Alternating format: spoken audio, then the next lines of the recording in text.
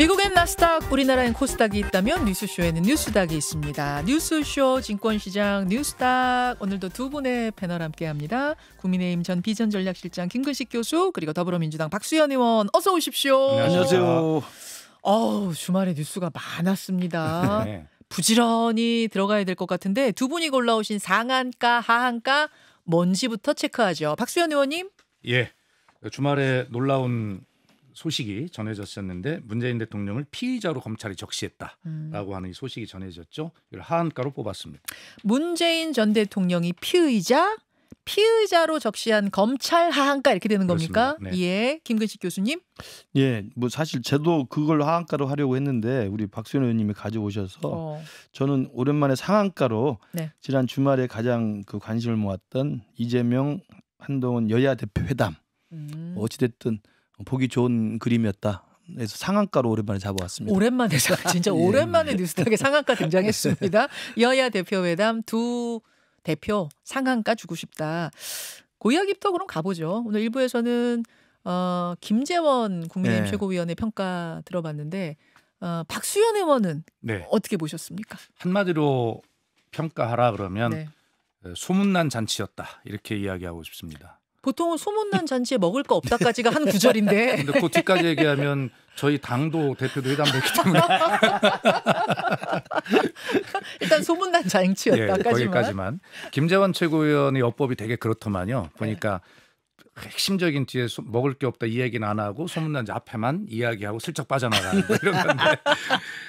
예, 아니 물론 저도 오랜만에 그 양당 대표가 회담을 함으로써 국민께 희망과 또 위로를 드린 점은 높이 평가를 합니다. 네. 또 이것이 좋은 출발이 되기를 바라는 점은 틀림없으나 그러나 이런 전국이 꽉 막혀 있고 국민께서 의료 대란, 민생 모든 것에 지금 너무 고통스러운 이 시점에 만난 것은 희망을 주고 좋은 평가를 하겠으나 그러나 그 내용을 보면 8가지 무슨 뭐 공동 발표를 했지만 네. 거기에 보면 대개 협의, 논의, 강구, 추진, 협의 이런 거예요. 아하. 전혀 결정된 게 없어서 국민을 잔치에 초대한 것까지는 좋았으나 네. 국민께서 드시고 싶은 그런 맛난 음식을 좀 드실 수 있도록 하지 못한 점, 이 점은 아쉽다 이렇게 평가하겠습니다. 소문난 잔치였는데 거기까지는 좋았는데 막상 가보니까 먹을 건 별로 없었다. 그렇습니다. 요 정도 평가해 주셨어요, 김근식 교수님? 예, 뭐 저도 그 맥락에는 뭐 크게 뭐 이의를 제기하고 싶지 않지만 그래도 일단 점수는 주고 싶어요. 네. 너무나 오랫동안 이런 그림이 안 그려졌기 때문에. 세상에 이게 11년 만이에요. 그러게 옛날에 말입니다. 황우여, 네. 김한길 두 대표 만남 맞습니다. 이후에 처음이래요. 그리고 또 지금 특히나 윤석열 정부 그리고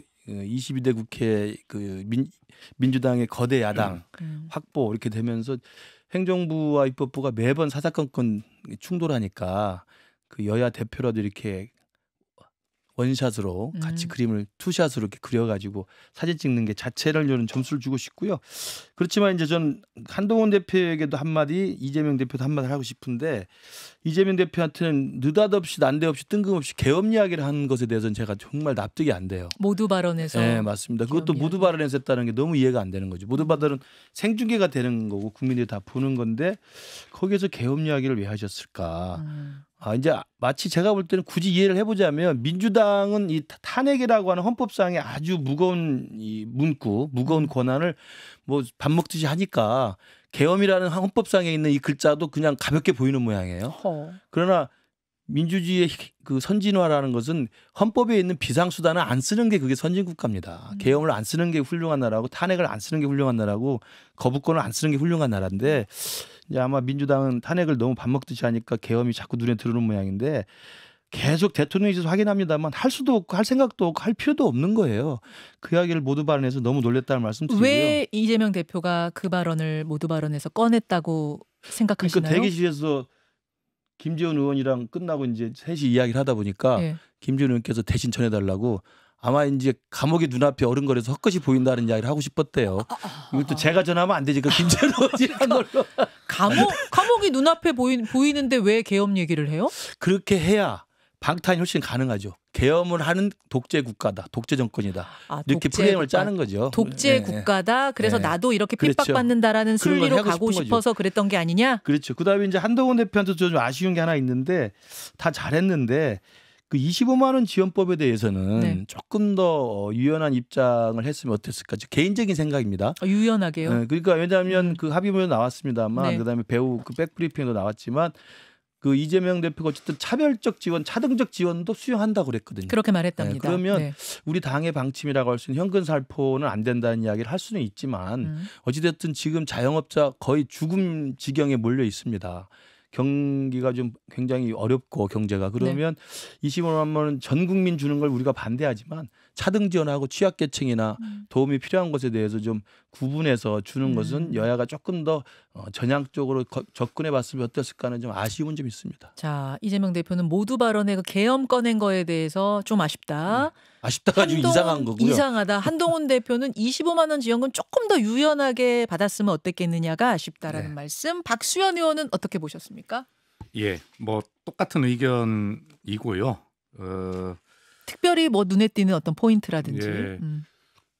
저는 그 한동훈 대표께서 모두 발언에서 이재명 대표를 향해서 사법 리스크를 현실화하고 그것이 됐을 때 어떤 그 법원의 판단에 승복해라라고 하는 이러한 이야기를 들고 나오셨는데 네. 과연 한동훈 대표가 그런 이야기를 거기서 꼭 했어야만 될까? 앞에서 평가한 대로 그래도 내용은 없지만 국민에게 희망을 줄 수 있는 모처럼만의 여야 대표 회담이고 그렇게 서로 대표끼리 앉아서 하는 모두 발언의 상대를 앞에 두고 마치 그 사법 리스크 10월 달에 어떤 법원의 판단이 유죄가 나올 경우 가서 그것에 승복해야 한다라고 하는 말씀을 하시는 것은 너무 과도한 개인적으로도 예의도 아니고 상대 대표에 대한 예의도 더더욱 아니다. 그래서 한동훈 대표가 정말 속절없이 속 좁은 그런 모습을 보여준. 속절없이 속 좁은 모습을 봤다. 그렇습니다. 예, 말씀 잘 지어내시네요. 이렇게 생각을 해요. 그건 좀 굉장히 아쉬운 부분이었습니다. 그렇게 본인이 직접 말씀을 안 하셔도 여러 가지 이야기들을 다 하고 있지 않습니까?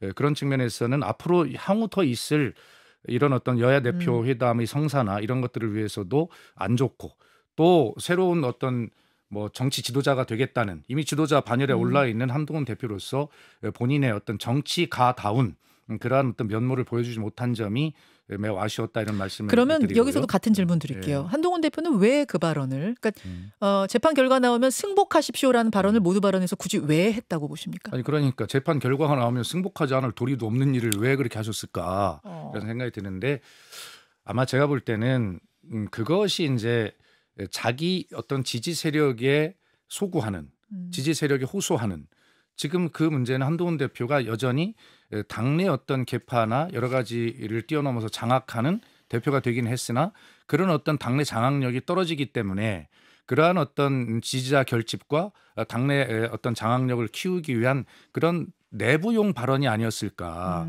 그런 필요는 본인이 실력을 통해서 증명하면 되는 것인데 그것을 굳이 상대 대표를 그렇게 디스하면서 그렇게까지 이야기를 해야 되는 것인가. 그것이 대표 회담의 격에 맞는가라고 하는 점에 대해서는 매우 아쉽게 생각을 하고요. 그다음에 김근식 교수 지적하셨습니다만 이재명 대표께는 저도 이제 민주당의 국회의원입니다만 김민석 수석 최고가 발언을 해서 시작된 이 계엄에 대한 이야기가 시중에 많이 있다. 물론 시중에 많이 있다라고 하는 것을 전제로 하긴 했습니다만 그것이 이제 그 대표께서 직접 모두 발언에서 하셨어야 될 발언인가에 대해서는 저도 이제 궁금하거든요. 실제로 김민석 수석 최고나 이재명 대표께서 공식적인 발언을 통해서 이 말씀을 이제 하신 부분들에 대해서 뭔가 근거 없이 또는 어서 들은 말씀이라 하더라도 그냥 흘러다니는 이야기를 듣고 하실 말씀은 아니라는 생각은 들지만 그래도 다른 주제에 좀 더 집중을 해서 오늘 이런 이야기를 김근식 교수로부터 듣지 않았으면 좋았지 않았을까라고 하는 그런 생각이 듭니다. 네, 저도 이제 그 한동훈 대표 입장에서 그 모두 발언에서 이제 판결 승복 사법 리스크의 판결 승복에 대해서 이야기한 거 지금 이해가 잘 안 되신다고 그래서 제가 좀 미루어 짐작해서 대변을 해드리면 그 이야기는 무슨 뭐 면박을 주고 디스를 하려는 게 전혀 아니고요.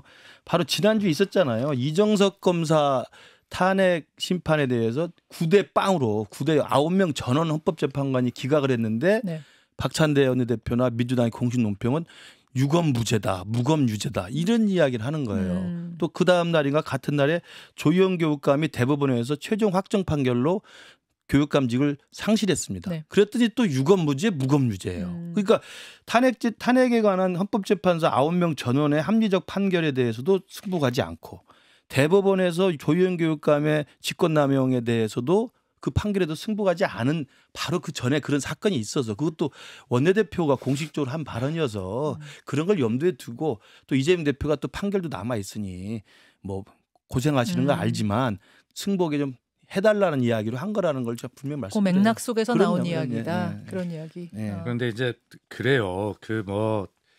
이정석 검사 탄핵에 관해서 좀 말씀하셨는데 헌법재판소의 판결을 보면 네. 이러하나 그러나 그것이 탄핵에 이를 만한 탄핵의 수준에 이르지 못한다 이런 취지지 아예 모든 것이 처음부터 다 무죄라는 것은 아니죠. 그런 측면에서 보면 민주당에서는 어떻게 하겠습니까? 예를 들어서 지금 검찰 공화국이라고 민주당이 진단하듯이 검사들이 그런 잘못은 분명히 있는데도 그것을 민주당으로서는 제지할 방법이 없는 것입니다. 그래서 그것이 설사 탄핵에 이르지 못할 정도의 수준이라 하더라도 민주당으로서는 국회에서는 그것을 통해서 검찰 권력을 견제할 수밖에 없다면 설사 이런 결과가 온다 하더라도 그 판결문에 결정문에 보면 그런 어떤 이러이러한 잘못은 인정이 되나라는 부분도 분명히 포함이 되어 있거든요. 그런 측면에서 보면 그것이 민주당이 지금 할 수 있는 어떤 최소한의 방법일 수밖에 없다라고 하는 현실인 것이죠. 뭐 그런 측면이 있다는 말씀을 드리고요. 알겠습니다. 알겠습니다. 그 이야기는 지난주 이야기라서 다시 제가 반박을 하길 수가 없는데 뭐 죄가 있다고 하나가 아니고요. 9대 0으로 전부 기각을 했고 전부 다 그 이 사유가 특정된 게 하나도 없다는 거예요. 그러니까 며칠 어디에서 누구한테 뭘 했다는 이야기가 정확하지 않아서 어떻게 판단할 그릇이 없다는 거예요. 그러니까 그렇게 일반 개인적인 사인 간에도 고소고발장을 쓸 때는 특정 장소, 시간, 사람에 대해 대상에 대해 쓰는 겁니다. 근데 그것조차 없이 그냥 이렇다더라. 이렇게 쓰니까 헌법재판관 진보 성향의 민주당에 추천한 분들도 야 이거 무슨 내용이야 이렇게 되는 거거든요. 그러니까 알겠습니다. 그래서 탄핵이 남용이 된다고 보는 이 거죠. 이야기로 빠지게 되면 그렇겠죠. 이제 여야 대표회담 이야기를 좀 충분히 못할 것 같아서 제가 다시 좀 본류로 가지고 와서 아까 김재원 최고위원은 이 대표회담 결국은 이재명 대표한테 더 득이 됐을 거다 그러시던데 두 분은 어떻게 생각하세요? 박수원 의원님은 누구한테 더 득이 된 겁니까? 당연히 이재명 대표에게 득이 됐다고 하죠. 더 득이 됐어. 예. 아니 이 문제가 사실은 이제 좀 아까 우리 나왔던 25만 원 그 민생회복 지원금이나 그다음에 의료 대란의 문제를 어떻게 할 것인지 등등에 대해서 이재명 대표는 적어도 국민의 고통을 대변하고 그런 것에 우리가 지금 한계는 있지만 이렇게 하자라고 하는 좀 큰 어떤 아젠다들을 국민 입장에서 이끌고 갔다 저는 그렇게 봅니다. 다만 뭐 이것이 우리가 합리적 추측입니다만 한동훈 대표는 여당 대표시거든요. 네. 여당 대표는 적어도 당정 간의 협의를 해서 일치를 해갖고 나오셔야 될 입장이에요. 예를 들어서 정책에 관한 부분은 뭐 의료 대란의 문제라든가 25만 원 뭐 민생회복 지원금의 문제는 전부 다 정부 합의가 돼야 될 문제 아닙니까? 그렇죠. 설사 용산의 결제 라인을 빼더라도 여당 대표는 그런 위치에 있어요. 그렇기 때문에 이 8개의 모든 문구가 아까 말씀드린 대로 협의, 합의, 논의, 강구, 촉구 이렇게만 돼 있는 것은 한동훈 대표에게 결정권이 없는 것이에요. 없기 때문에 이렇게 나온 거다. 그렇습니다. 그럼에도 불구하고 그런 걸 다 예상된 소문난 잔치에 먹을 것이 없다라는 것이 예상이 됐지만 그럼에도 불구하고 이재명 대표는 예를 들어서 최상병 특검 전 국민의 이런 부분에 대해서도 국민의힘에서 요구하는 뭐 증거 조작의 문제나 그 이후에 다른 잘잘한 문제까지 요구하는 거 다 받겠다라고 하는 폭넓은 모습을 보여주지 않았습니까? 그러나 결과적으로 한동훈 대표는 결정권이 없이 나온 그런 제한된 여당 대표 한계를 여신이 드러난 회담이었다 이렇게 평가하는 그렇기 것입니다. 때문에 이재명 대표한테 더 득이었다. 김근식 교수님. 뭐 이재명 대표보다 한동훈 대표는 당 장악력이 이렇게 일극체제 뭐 1인 정당이 아니죠. 그래서 부럽죠. 그래서. 뭐 그렇지는 않고요. 그러니까 그게 지금 말씀하신 것처럼 야, 그 한동훈 대표 결정권이 없잖아라고 이야기하면 국민들이 다 알아요. 국민들 다 알기 때문에 그거 가지고 뭐 누구한테 유불리 따지는 것 같지는 않고 그 대신 당정 간에 이견이 있다는 건 온 국민이 다 알고 있는 상황이어서 그 와중에서도 한동훈 대표가 정치인의 모습으로서 여야당 대표가 모여서 또 회담하고 타협하고 대화하고 이런 모습을 보여줬던 데 좋고요. 저는 이제 좀 점수를 주자면 그 배석자 없이 39분인가 둘이 독대를 했다는 거 아닙니까? 독대가 있었습니다. 근데 일반적으로 저도 그 유력 권력자나 이런 사람들하고 독대를 해보면 39분이면 상당히 속에 있는 이야기를 많이 할 수 있는. 무슨 얘기했을까요? 지금 전혀 안 나오고 제가 있는데. 한번 확인을 해보겠습니다. 그러나 아직은 전혀 모르죠. 근데 그렇죠. 제가 추측해 보면 네. 본인 말씀 못 하시니까 두 분이 그 윤석열 대통령에 대한 그 말씀이 일치하지 않았을까? 윤 대통령에 대한 흉봤을 거다? 그렇죠. 아니 그 황금 같은 시간 그렇게 하겠습니까? 어찌됐든 39분이라는 정말 소중한 시간에 네.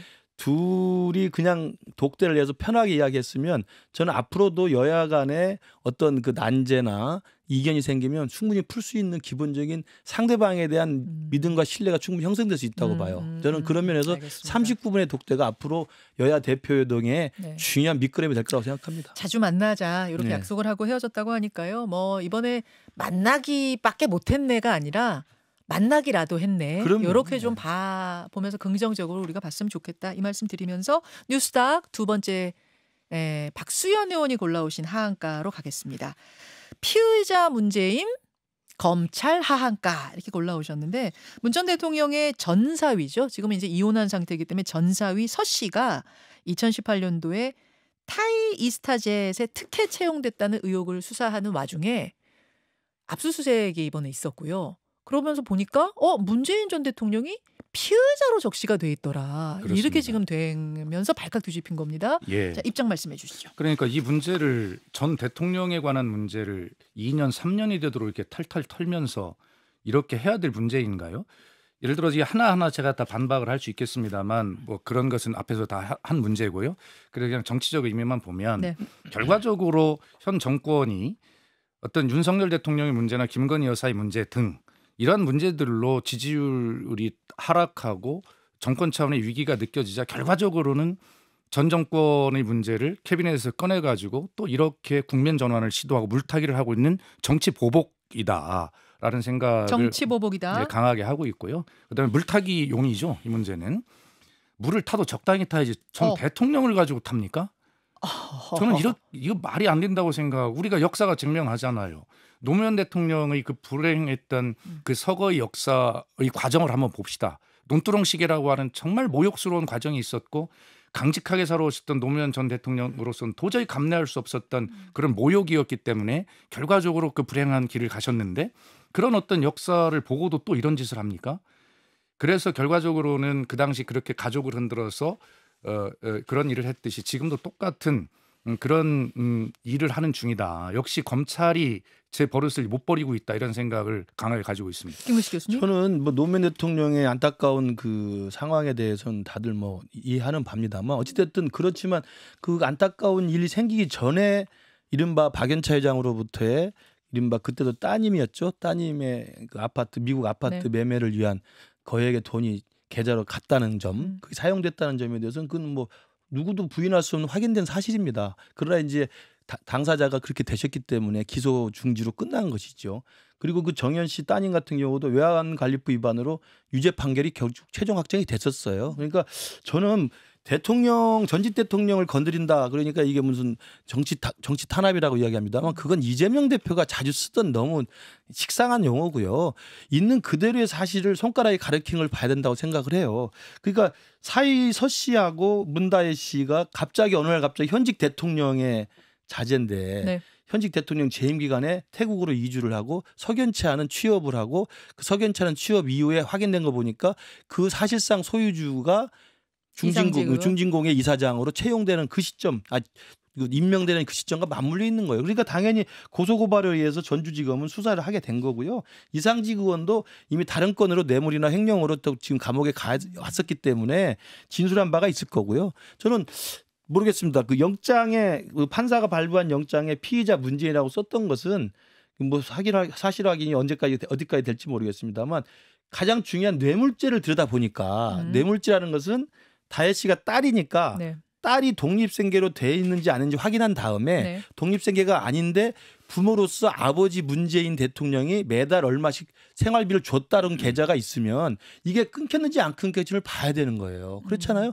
매달 줬던 생활비가 어느 날 갑자기 끊기고 한 2년 동안 돈을 안 줬다. 그러면 다른 데서 그 돈을 받아서 생활비 썼다고 하면 이게 이익이 되니까 뇌물죄가 되는 거거든요. 그게 지금 검찰의 논리인 그렇죠. 건데. 논리이기 때문에 그걸 확인하려면 대통령 계좌하고 김정숙 여사 계좌를 확인할 수밖에 없죠. 거기서 이제 중요한 포인트는 문 전 대통령과 그 딸인 다혜 씨 가족을 경제 공동체로 볼 수 있느냐 없느냐 이게 이제 핵심 포인트가 되는 독립생계냐 아니냐를 곽상도 보는 전 의원 건하고 그러니까 비슷하게. 지금 곽상도 전 의원 같은 경우는 아들이 50억을 받았어요. 네. 그런데 법원에서 어떻게 됐습니까? 경제 공동체 아닌 걸로 결혼을- 봤죠.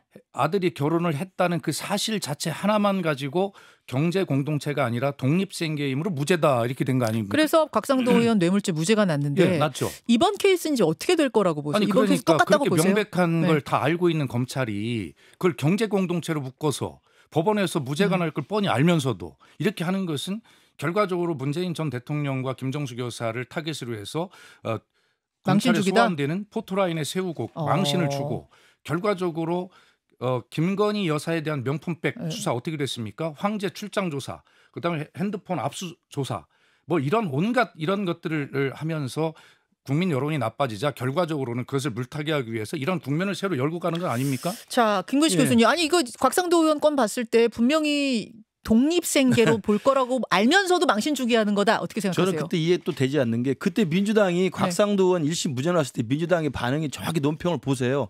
이거 봐라. 너희들 이게 곽상도 의원 봐주려고 일부러 검찰이 허술하게 기소장을 썼다고 그랬어요. 왜냐하면 그때는 다들 평가가 충분히 이게 뇌물죄가 되는데 검찰이 잘못 쓴 거예요. 그러니까 죄를 적시하면서 법리 적용을 잘못해서 판사는 공소장에 나온 것만 보고 판결하기 때문에 1심 무죄가 나온 거고 그래서 2심 진행 중입니다. 2심은 검찰이 공소장을 변경했습니다. 그래서 곽상도 의원과 그 아들을 공범으로 지금 적시하는 상태예요. 경제 공동체로. 네, 공범으로. 그래서 이게 지금 민주당이 그때는 곽상도 의원 1심 무죄 나오니까 왜 무죄냐, 이 문제가 된다, 이 검찰이 봐주기 수사하는 거 아니냐 이렇게 해놓고 이제 와서 그걸 끌어들여 가지고 문재인 대통령 검찰 계좌 수석이 문제가 있다면 좀 앞뒤가 안 맞는 말이고요. 자, 30초가 남아가지고 한 말씀만 정리. 드리면 아니 대통령이 용산에서 880에 몇 번으로 전화했다는 사실이 알려졌다는 것만으로 특검을 주장하는 민주당이 지금 명백히 이상직 중진공 이사장 임명, 그다음에 그 취업시킨 것 특혜, 그다음에 돈이 오고 간 정황 이런 것들이 다 드러나서 계좌 추적을 하는데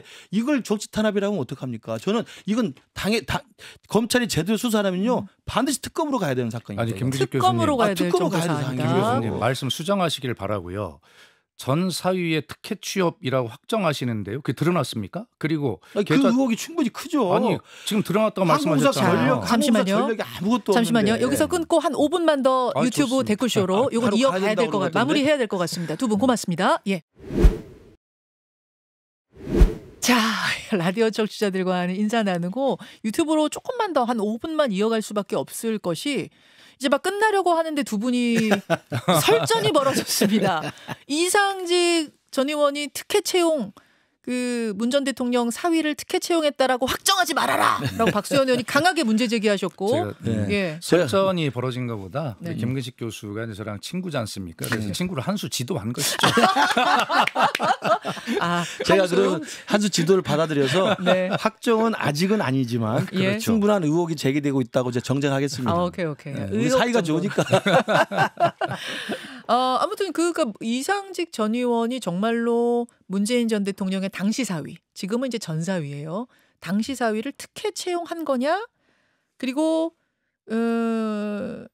그럼으로 인해서 자동적으로 문재인 전 대통령이 그 딸네 집에 주던 생활비 보조해 주던 걸 안 주게 됐기 때문에 한 2억 원의 이득을 본 거냐. 이상직 의원이 그걸 생각하고선 채용했기 때문에 그건 뇌물이 되는 거냐. 이제 요건 거잖아요. 핵심은. 그렇습니다. 근데 제가 궁금한 건 채용 좀 해주세요. 우리 사위라는 청탁이 없었어도 네.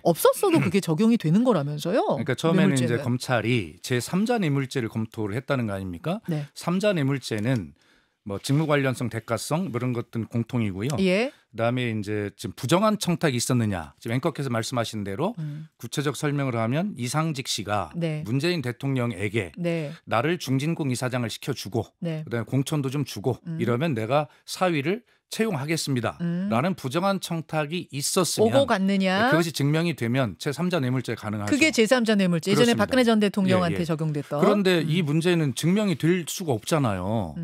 지금 말씀드린 내용은. 그렇기 때문에 검찰이 갑자기 직접 뇌물죄를 적용하는 것인데 그것은 바로 말씀하신 대로 생활비를 일부 지원하던 문재인 대통령이 그 사위가 취업을 해서 월급을 2억 2천만 원 정도를 받았다는 것이잖아요. 그 생활비를 취업을 인해서 지급하지 않았으면 그 문재인 대통령 계좌에서 나가지 않았기 때문에 직접 이득이 됐다고 볼 수 있다. 경제 공동체다. 그래서 이거 직접 뇌물로 볼 수 있다.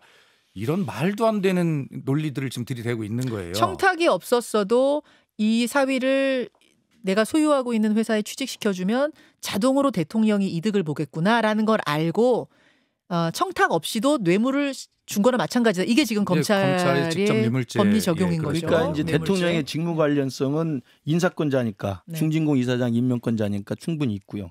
대가성은 그 임명권자에게 뭐 구체적으로 특정해서 이걸 좀 해주세요라고 말을 하지 않았어도 그 부정한 청탁이 명시되지 않아도 네. 직무 관련성의 임명권자인데 그걸 바라보고 어찌됐든 당시 이상직이 직접 문재인 대통령한테 돈을 주기가 좀 껄끄러우니 문재인 대통령과 같은 독립생계가 보장되지 않은 그러니까 결혼했지만 생계를 따로 꾸리지 않고 그 당시까지 부모님한테 계속 생계 보장을 받았던 딸한테 보냈다면 이건 뇌물죄가 되는 거거든요. 그래서 지금 문재인 대통령하고 김정숙 여사 계좌를 들여다볼 수밖에 없는 거고요. 그다음에 오늘 어디 신문 보도에 나오면 김정숙 여사가 당시 청와대 직원을 시켜서 현금 5천만 원을 만들어서 보내가지고 자기 잘 아는 지인을 통해서 네. 그 지인 명의로 문다혜 씨한테 입금을 한 게 기록이 지금 추적이 됐다는 거 아닙니까? 저도 그 기사 봤는데 네. 그거는 그러니까 5천만 원이 어떤 5천만 원이라고 그건 이제 확인을 거예요? 해봐야 되겠죠. 뭐 특활비일 수도 있고 특활비면 국고행령까지 들어가는 건데 개인적으로 만든 돈일 수도 있고요. 그러니까 그런 게 되면은 사실은 지금 검찰이 한번 들여다봐서 이게 의혹이 커지잖아요. 그러면 거기에 이게 정치 탄압으로 벗어날 일이 아니에요. 있는 그대로 사실을 소명하면 되는 겁니다. 이번에도 임종석 비서실장이나 조국 대표가 참고인 조사 받으러 갔잖아요. 네. 저는 그러면 결국은 이 사건에 대해서는 누가 봐도 뇌물죄 정황들이 드러나 있기 때문에 이 부분의 결백과 무혐의를 주장하려면 김정숙 여사와 문재인 대통령이 당당하고 결백하게 지금 민주당에서 특검 주장하는 게 뭡니까? 김건희 나와서 소환조사 받으라는 거 아니에요? 김건희 받은 게 300만 원짜리 디올백입니다. 그다음에 지금 특검 주장하는 게 대통령이 전화했다고 지금 특검하자는 거예요. 전화한 거 갖고 특검하고 300만 원 받았다고 특검하는데 이 정도 큰 사건이면요. 특검 10배를 해야 돼요. 특검 10번을 할 그렇잖아요. 사안이다. 2억이 넘는 돈이 오고 갔다는데. 아니 그러니까 김건희 여사 명품백은 김건희 여사 측에서 지정한 보안시설의 검사를 불러서 황제 출장 조사를 하고 그리고 거기에 검사의 핸드폰까지 압수한 상황에서 수사를 했어요. 그리고 결과적으로 무혐의 조치를 했죠. 예. 자, 이런 상황들을 가지고 지금 국민의힘에서 논평하기는 혐의가 있다면 공정한 법 앞에 누구나 평등해야 한다. 이렇게 이야기를 하고 있죠. 그 말 그대로 돌려드립니다. 왜 김건희 여사에 대해서는 그 디올백을 공유한 최 목사가 이것은 뇌물이다라고 이야기를 하고 있는데 어쨌든 그것을 그런 과정들에 대해서 국민들이 지금 납득하고 있습니까? 조사를 받자는 이야기예요. 아니 그런데 똑같이. 그렇게 무혐의 결론을 내렸잖아요. 그런데 조사를 받고 무혐의를 받자는 그렇게 거지. 하신 분들이 어떻게 가서 법 앞에 평등 이런 것들을 이야기할 수 있는가? 그리고 문다혜 씨 관련해서 김정숙 여사하고 문재인 전 대통령이 똑같이 김건희 여사를 비판한 민주당의 논리 그대로 똑같이 조사에 임해서 무혐의를 받으시라는 거예요. 그 이야기입니다. 저도 김건희 여사가 출장 조사한 건 이제 비판했잖아요. 자, 그래서 그러면 지금 수사심의가 소집이 돼 있고. 문재인 전 대통령에 대한 어떤 소환 조사까지도 이 건으로 갈 거라고 보세요, 박수현 의원님? 지금 검찰의 행태는 당연히 그걸 목표로 하고 있다고 보는 것이죠. 목표로 하고 예. 있다. 소환 조사까지 네. 갈 것이다. 김근식 교수님은 어떻게 내다보세요? 모르겠어요. 전직 대통령 소환 조사라는 건 우리 예. 한국 정치에 흑역사가 많이 있기 때문에 쉽지는 않아 보입니다만 김정숙 여사 소환은 분명히 이건 당연히 해야 된다고 봅니다. 지금 과거에도 노무현 대통령의 그 안타까운 일에서도 사실은 그 부인 권양숙 여사와 관련된 게 컸잖아요. 예. 그러니까 저는 이번에도 김정숙 여사가 모르겠어요. 그 따님이 뭐 가정에 좀 그렇고 또 남편과 그게 있고 이혼하고 돌아와서 또 힘들게 있고 그러니까 아마 어머니 입장에서 이러저러한 고민을 했을 수도 있겠습니다만 어찌됐든 그 과정에서 불법과 뇌물의 성격이 있다고 한다면 이건 파헤쳐서 뒤져볼 수밖에 없는 거예요. 자, 여기까지만 하겠습니다. 사실 뭐 태블릿 PC 이야기도 좀 있고 또 새로운 미래 김종민 의원이 새로운 미래 어제 탈당했더라고요. 네. 뭐 등등등 이야기 좀 나눠보고 싶지만 박수현 의원의 국회 일정이 있다는 지금 이야기가 밖에서 바로 들어와가지고 그러니까 그만하라고. 김근식 우리 저 예. 실장님이 예. 국회의원이 안 됐기 때문에 국회 바쁜 일정을 몰라가지고 그런 식으로 야, 또 이렇게 편해 마음이 편해. 살짝 잘난 척을 살짝 해주시면서. 아, 내가 오기로 하러 다음에 꼭 들어가야 되겠다. 아니 제가 목표 이루어지면 자극하는 거예요. 자극이 되네요. 맞아요. 자극이 되네요. 예. 감사한 자극. 네. 아, 본래 시간이 보기 없다고 그랬는데 좋습니다. 진짜 시간 내준 거예요. 여기까지 가겠습니다. 오늘 두 분 귀한 시간 감사드리고요. 저도 여기서 함께 물러날게요, 여러분. 내일 아침 7시 10분에 뵙겠습니다. 자, 여기 이렇게 고맙습니다. 감사합니다. 고생하셨습니다. 김현정의 뉴스쇼는 시청자 여러분의 참여를 기다립니다. 구독과 좋아요, 댓글 잊지 않으셨죠? 알림 설정을 해두시면 평일 아침 7시 10분 실시간 라이브도 참여하실 수 있습니다.